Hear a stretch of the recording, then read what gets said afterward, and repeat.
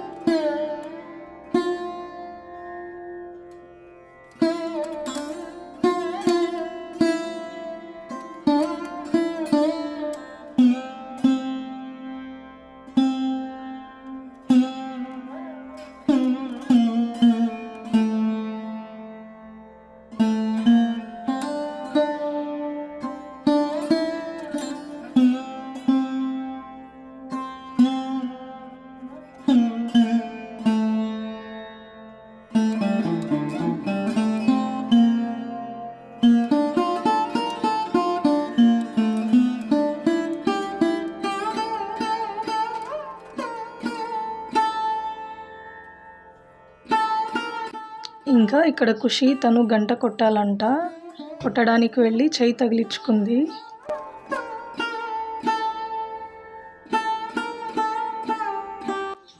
తనని చూసి ఇదిగోండి పర్ణిక కూడా వచ్చింది నేను కొట్టాలి అని. ఎవరేది చేస్తే అది చేయాలి కదా పిల్లలు. అదిగోండి మన వినాయకుడు పూవిస్తున్నాడు చూడండి.